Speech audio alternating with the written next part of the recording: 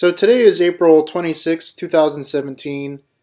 Today I have realized that it's the 80th anniversary of the bombing of Guernica in Spain. And I thought I might want to tell you guys the story if you're not familiar with it. You may be familiar with this painting here by Pablo Picasso, but most people don't really understand what it's talking about or what it's showing. So on April 26, 1937, this is during the Spanish Civil War between Francisco Franco and the Spanish Republican government. So Francisco Franco had ties with Nazi Germany at the time, and one of the events that the Nazis participated in was the bombing of Guernica. Uh, Basically, Francisco got a free bombing run from the Nazis, and they got training out of it for their soldiers.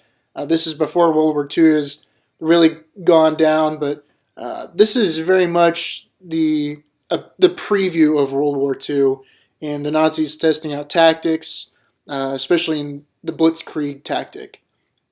So what happens is the Condor Legion of Nazi Germany, they fly over and bomb the city of Guernica. Really, it would be a mistake to call the bombing of Guernica a battle or even a skirmish. It's extremely one-sided.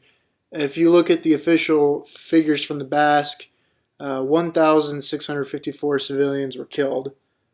And going back to Picasso's painting, you can really see that he's trying to present the horrors of war, the terror of civilians in the streets, just not being able to do anything, and just suffering at the hand of a mighty military power. And this is something that people should be aware of. Just culturally, historically, this is not maybe a significant event as far as how the world has turned or formed itself, but it's extremely significant symbolically, because today Guernica is now a symbol of what the horrors of war are. And again, you can see this in Picasso's painting. But war is not really something to be romanticized. People die, families are destroyed, cities are just removed from existence. This is not something that we should celebrate.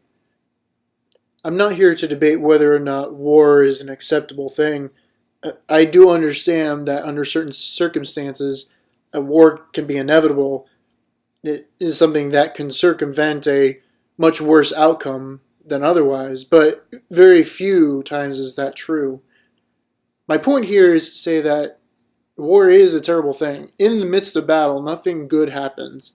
People kill other people, and that is terrible just on a base level. Now, good can come from the conclusion of war, but during the war itself, this is what we see: destruction and death. And it's something that we all need to be aware of and not take it so lightly.